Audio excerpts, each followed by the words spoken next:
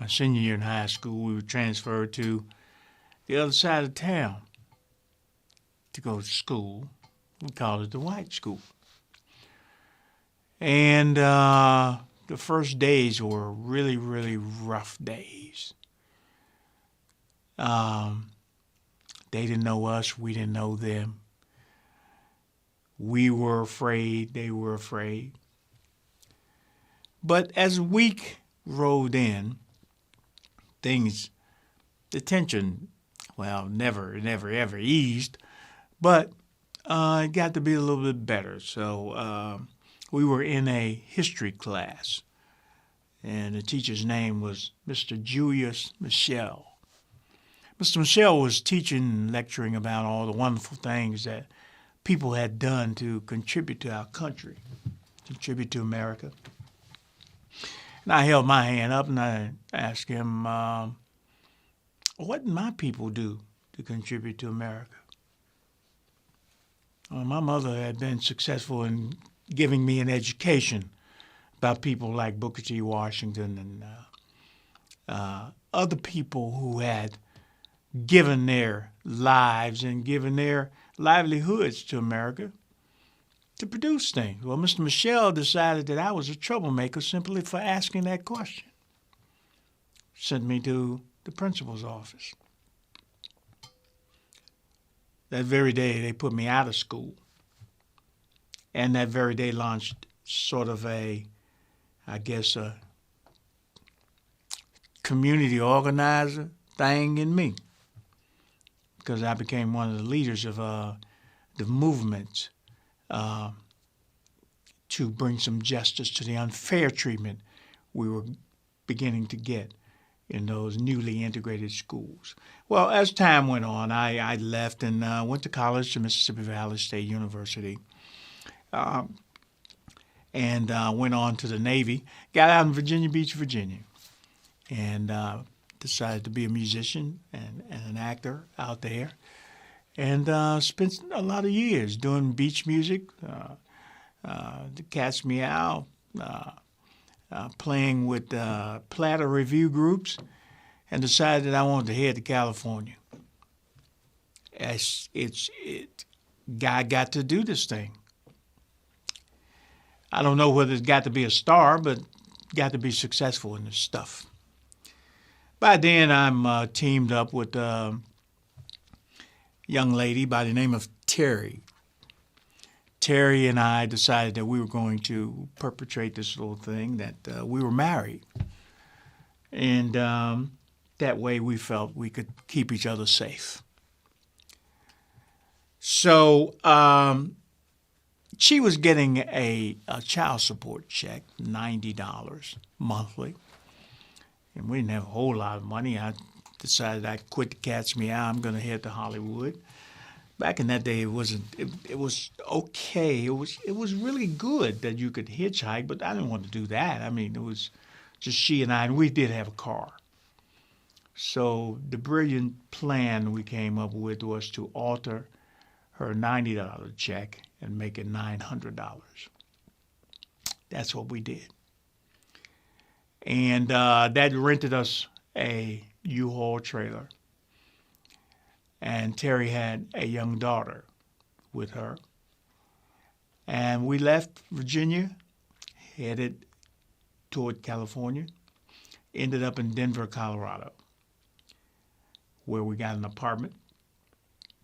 We ended up there in September and wrote a bad check that took us into December. And then we decided to leave Denver and move on out to California.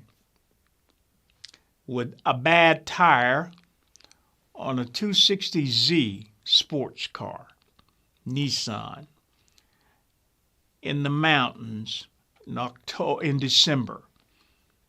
Slippery, not only when wet, but it could have went off a couple of those mountainsides with bad tires. Finally ended up January 1979, January 2nd, one day after one of the largest earthquakes in L.A. we ended up there basically broke, and decided that we're gonna make a go of it. But we made a great decision to send Terry's daughter back home to her parents. That's what we did. And Terry and I tried to wait it out or do it out. Well, we ended up in the bottom garage, basement garage of a Holiday Inn in Santa Monica, California. Decided that, well, that was when coin phone booths were available. So we decided we were going to try and call somebody to see if we could get some help. Called the Los Angeles County Welfare Department, and they sent us to this program that would put us up for 3 days, see if we could at least get temporary employment. So they put us up in a rinky-dinky hotel in Hollywood. And we spent those 3 days, and at the end of that 3-day period, my girlfriend, who's now my wife, Terry, had gotten a job interview in Beverly Hills. So she went and got the interview and landed the job. She was going to be the assistant apartment manager. She had never really met the manager. So as we were moving in that next day, with nothing but we were riding on fumes by then and no money. And as we decided to move in, then the manager came to introduce herself and ask who we were. Informed who we were, the manager said, "No, this will not do. The owner of the building do not like blacks." So she says, "It's not me." And she reached in her wallet and gave me $50 and an address. She says, "This man may be able to help you guys out because he had an altercation with the owner of this building when he tried to house some athletes from Muhammad Ali Professional Sports in this building for some competition." Well, we took that and the phone number, headed down to Santa Monica from Beverly Hills, west on Wilshire Boulevard, and got to Montana in Santa Monica. And on the marquee was Muhammad Ali Professional and Amateur Sports Association. I got out and left Terry in the car, went inside, and there was a number of guys inside. One guy's name was Tom Peters, who was a photographer and somewhat of a gopher for the CEO or the owner or the person who was the head of the company. His name was Harold Smith. That's what he introduced himself to me as. I told Harold the story and our desires to just simply move to L.A. I was pursuing a career.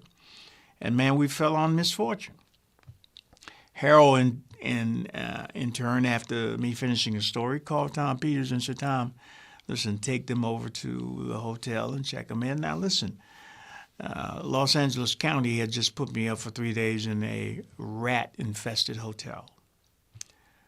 So I expected no more than that from this person. But I was grateful.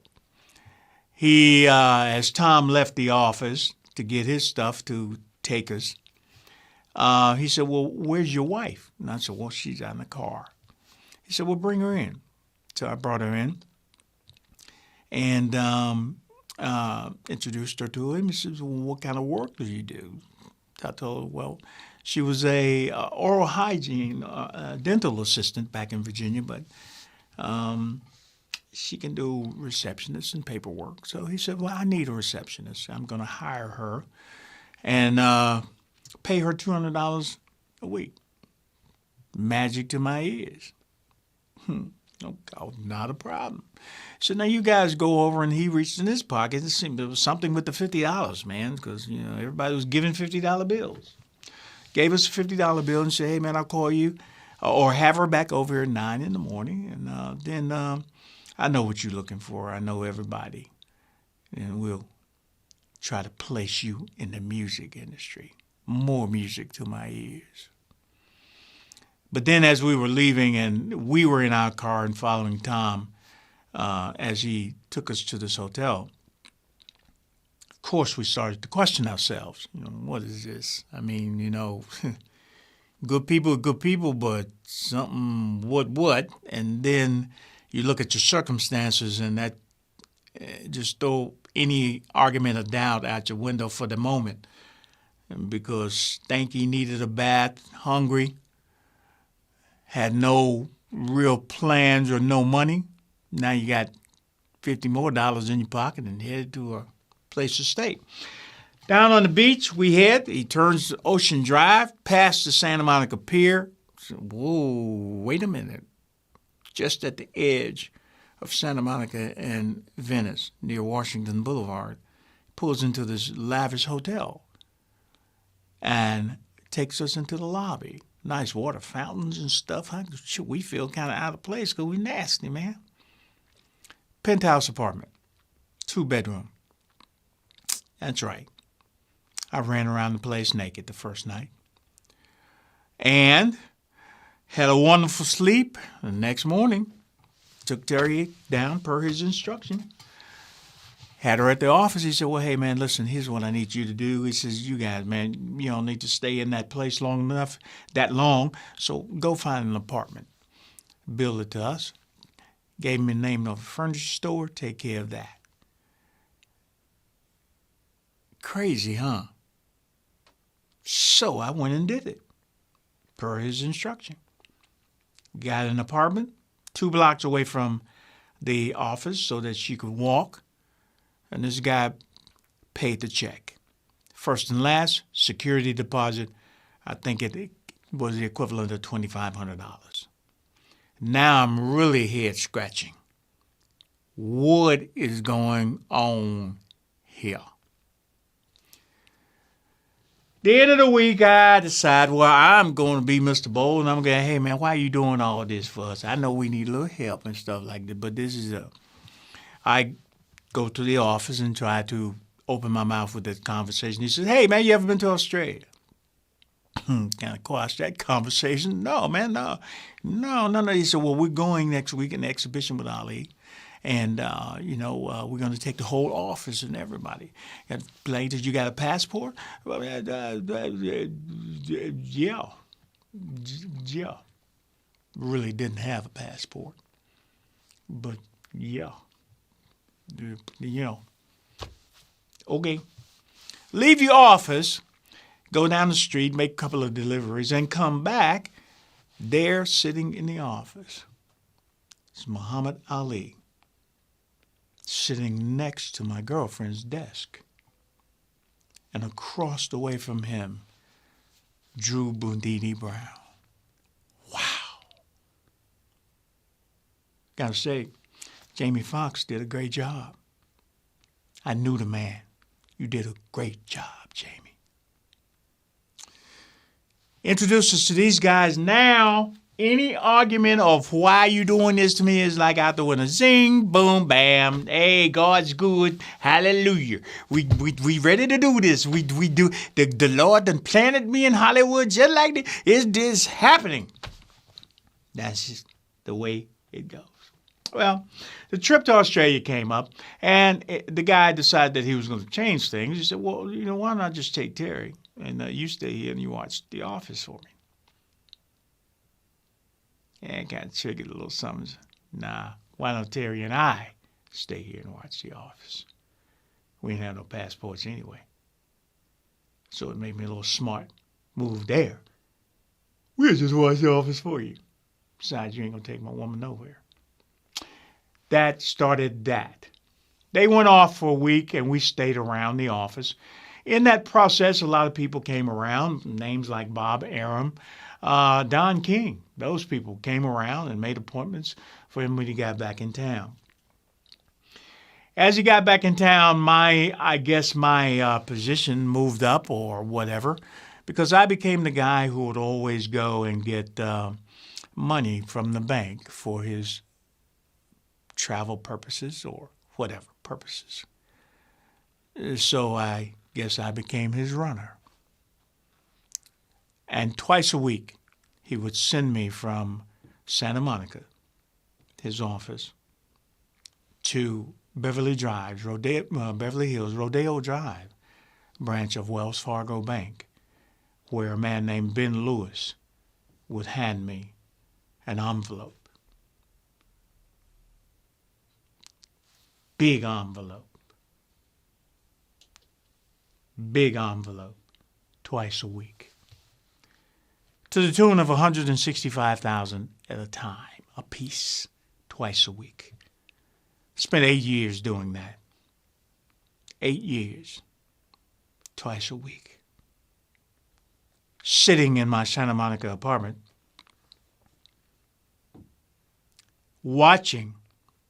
actually watching the noon news. Harold Smith, where does he get his money? Story at 6. Mouth. I ain't going nowhere but to the TV at 6. Find that this man was embezzling money from Wells Fargo Bank. And he had been doing it for 8 years. And I was the guy doing the running. A couple of days into that, a knock was at my door. And I had a security door, so you had to go and buzz people in. Ding dong, Joe Woodall, FBI. We need to talk to you, Mr. Key. You want me to come down there? Coming up here. We'd like to come up there. They came to my apartment and they explained things to me and they said, we'd like to take you down and show you some things. Okay. I went with them in the back seat of their car. They headed east on Wilshire Boulevard to Westwood. Federal Building in Westwood. And they took me downstairs. I knew that I was an actor that very day. Because, brother, the performance after they drove me into that tunnel, it was true fear. Because I ain't know these white folks with badges and guns in the FBI. I ain't did nothing to nobody. I really did a nice little acting job. And they took me to what what federal people call a little war room. My little picture was on the wall. Every time I'd walked into that bank and got that envelope. And he said, Mr. Key, Harold Ross Fields Smith is a lifelong con artist. He's used names like Sammy Davis Jr. all the way up to this big hook, Muhammad Ali, to extort money, and now he's getting it from Wells Fargo Bank in a kiting operation between him and an operations manager named Ben Lewis. Well, I ain't gonna believe that. He saved me from the street, man. He rescued me. He's the reason I'm driving my car now.